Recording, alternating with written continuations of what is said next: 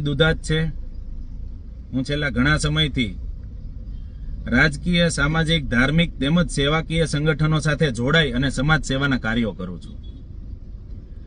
ઘણા સમયથી બાજીરાવ સિંઘમ બનીને ફરતો વ્યક્તિ, જેનું નામ મને જાણવા મળ્યું કે દિનેશ ગોપાણી, અને એના ગામનું નામ છે ચોગઠ। એ વ્યક્તિ પોતાના સોશિયલ મીડિયાના ફેસબુકના એકાઉન્ટ, જે બાજીરાવ સિંઘમ નામનું એકાઉન્ટ છે, તેમાંથી અને એમના ફેક એકાઉન્ટમાંથી મારા વિરુદ્ધ, મારા પરિવાર વિરુદ્ધ, મારા ગ્રુપ વિરુદ્ધ, ગ્રુપના સભ્યો વિરુદ્ધ ખોટી, ખરાબ, અભદ્ર અને ગાળાગાળી વાળો પોસ્ટો લખતો હતો। ત્યારબાદ એની મનોવૃત્તિ ન સંતોષાતા એકવાર અચાનક લસકાણા પાસે, ચોકડી પાસે એમણે મારી ગાડી રોકવાનો પ્રયાસ કર્યો હતો। ગાડી રોકી હતી અને એમની સાથે ઘણી વાતચીતો થઈ હતી, જેમાં મેં એમને કહ્યું હતું કે ભાઈ, તું મારા વિશે આવી પોસ્ટો ક્યારેય ન લખ। તને કઈ તકલીફ હોય, મારાથી તને કઈ ખોટું થયું હોય તો તું મને રૂબરૂ કહી દે।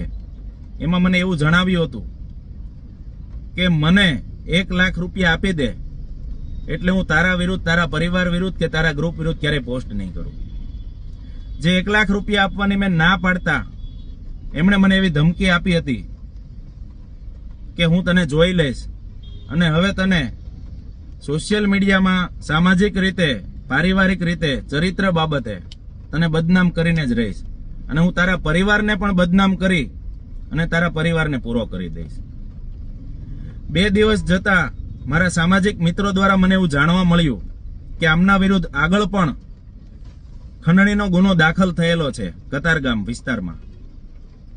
મેં ખંડણી ન આપતા એમણે એમના સોશિયલ મીડિયાના પોતાના બાજીરાવ સિંઘમ તેમજ બીજા ઘણા બધા ફેક એકાઉન્ટોમાંથી મારા વિરુદ્ધ ઘણી બધી પોસ્ટો કરી હતી।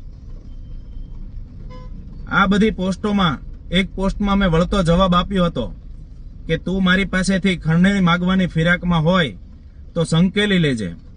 ખંડણી તો હું આજે પણ નહીં આપું અને કાલે પણ નહીં આપું।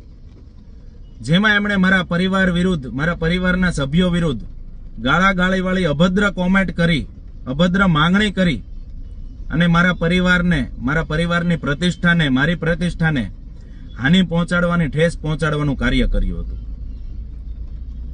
તેમ છતાં એની મનોવૃત્તિ ન સંતોષાતા મારા કુટુંબના એક ભાઈને એક જગ્યાએ રૂબરૂ મળ્યો હતો લસકાણામાં।